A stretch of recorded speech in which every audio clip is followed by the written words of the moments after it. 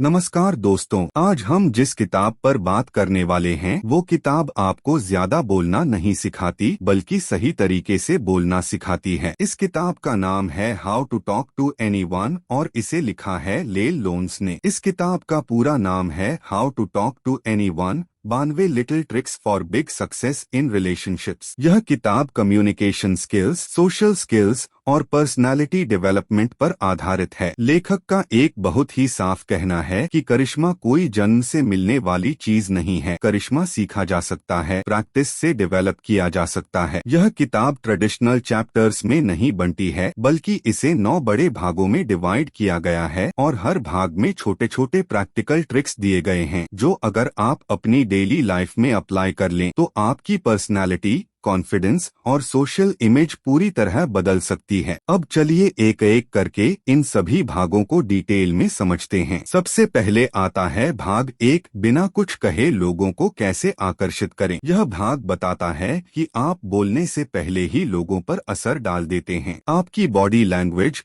आपका पोस्चर, आपकी आंखों की भाषा, ये सब पहले इम्प्रेशन को तय करते हैं। लेल लोन्स कहती हैं कि जब आप किसी से मिलें तो तुरंत बड़ी मुस्कान न दें बल्कि एक हल्की सी देर के बाद धीरे धीरे मुस्कुराएं। इसे वह फ्लडिंग स्माइल कहती हैं। इससे सामने वाले को लगता है कि आपकी मुस्कान खास उसके लिए है। इसके साथ ही स्टिकी आई कांटेक्ट यानी बातचीत के दौरान आंखों में थोड़ी देर तक देखना बहुत जरूरी है। इससे ट्रस्ट और कनेक्शन बनता है। पूरा शरीर सामने वाले की ओर मोड़ना, जिसे बिग बेबी पाइवोट कहा गया है, यह दिखाता है कि आप पूरी तरह से प्रेजेंट हैं। अनावश्यक हिलना डुलना, बार बार हाथ पैर हिलाना इनसिक्योरिटी दिखाता है, इसलिए पोस्चर सीधा और कॉन्फिडेंट होना चाहिए। पार्ट 2, हाय के बाद क्या कहें। बहुत से लोग यहीं अटक जाते हैं। हाय बोलने के बाद उन्हें समझ नहीं आता कि अब क्या बोलें। लेखक कहती हैं कि स्मॉल टॉक को कभी छोटा मत समझिए क्योंकि यही डीप रिलेशनशिप्स की शुरुआत होती है। सीधे आप क्या करते हैं पूछने की बजाय पहले माहौल, जगह या किसी कॉमन चीज पर बात शुरू करें, जैसे आसपास की सिचुएशन, कोई इवेंट या कोई ऑब्जेक्ट। आपके बोलने के तरीके में एनर्जी होनी चाहिए, सिर्फ फॉर्मल हाय नहीं। जब सामने वाला कुछ बताए तो उसके शब्दों को थोड़ा दोहराए, जिसे पैराफ्रेजिंग कहते हैं। इससे सामने वाला फील करता है कि आप उसे सच में सुन रहे हैं। पार्ट 3, वीआईपी की तरह कैसे बोलें। इस भाग में आवाज और भाषा की ताकत बताई गई है। लेल लोन्स कहती हैं कि आप क्या बोलते हैं उससे ज्यादा इम्पोर्टेंट है कि आप कैसे बोलते हैं। वाक्य को हमेशा कॉन्फिडेंट टोन में खत्म करें, ऊपर उठते हुए स्वर में नहीं, क्योंकि वो इनसिक्योरिटी दिखाता है। कम शब्दों में बात रखें क्योंकि ज्यादा एक्सप्लेनेशन अक्सर डर या कंफ्यूजन को दिखाता है। किसी का नाम सही और संतुलित तरीके से लेना बहुत पावरफुल टूल है। शायद, मेरा ख्याल है जैसे कमजोर शब्दों का ज्यादा इस्तेमाल न करें। अगर अपनी बात दोहरानी पड़े तो शांति से दोहराए,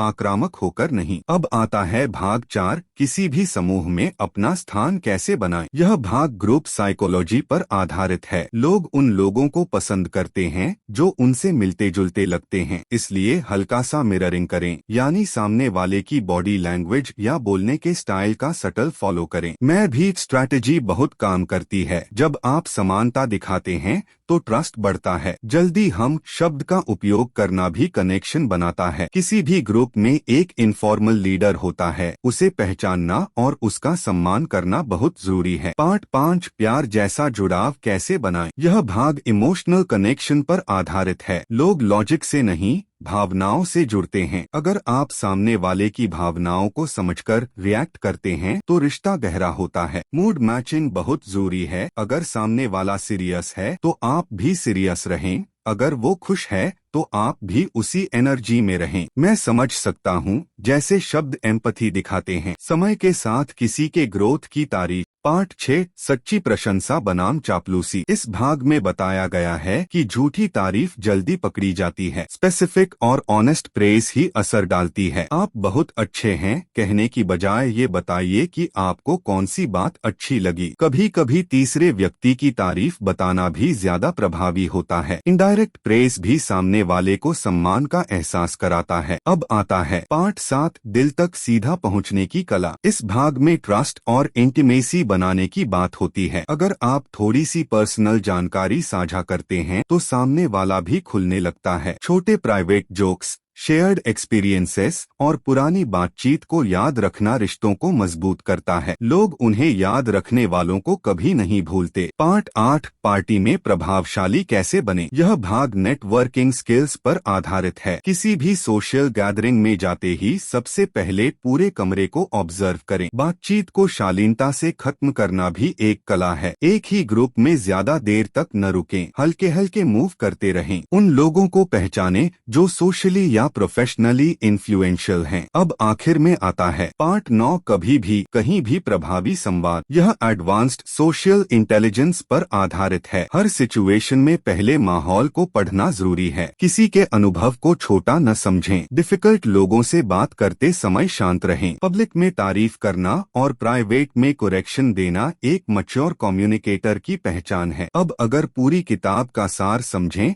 तो ले लोन्स का एक ही मुख्य संदेश है कि करिश्मा कोई जादू नहीं है, यह कॉन्शियस हैबिट्स और व्यवहारों का परिणाम है। सफल संवाद के लिए जरूरी है कि आप प्रेजेंट रहें, अपनी बॉडी लैंग्वेज पर कंट्रोल रखें, सक्रिय रूप से सुनें और सामने वाले की भावनाओं को समझें। अगर आप प्रोफेशनल नेटवर्किंग करते हैं, अगर आप इंट्रोवर्ट हैं, अगर आप लीडरशिप या सेल्स में हैं, तो यह किताब आपके लिए बेहद उपयोगी है। हाँ, कुछ टेक्निक्स शुरुआत में आर्टिफिशियल लग सकती हैं, लेकिन प्रैक्टिस के साथ वो नेचुरल बन जाती हैं। अंत में यही कहा जा सकता है कि जो इंसान लोगों से सही तरीके से बात करना सीख जाता है, वो जिंदगी में आधी जंग वहीं जीत लेता है। अगर यह वीडियो आपको उपयोगी लगी हो तो इसे लाइक कीजिए, चैनल को सब्सक्राइब कीजिए और कमेंट में बताइए कि आप सबसे पहले कौन सी टेक्निक अप्लाई करने वाले हैं। धन्यवाद।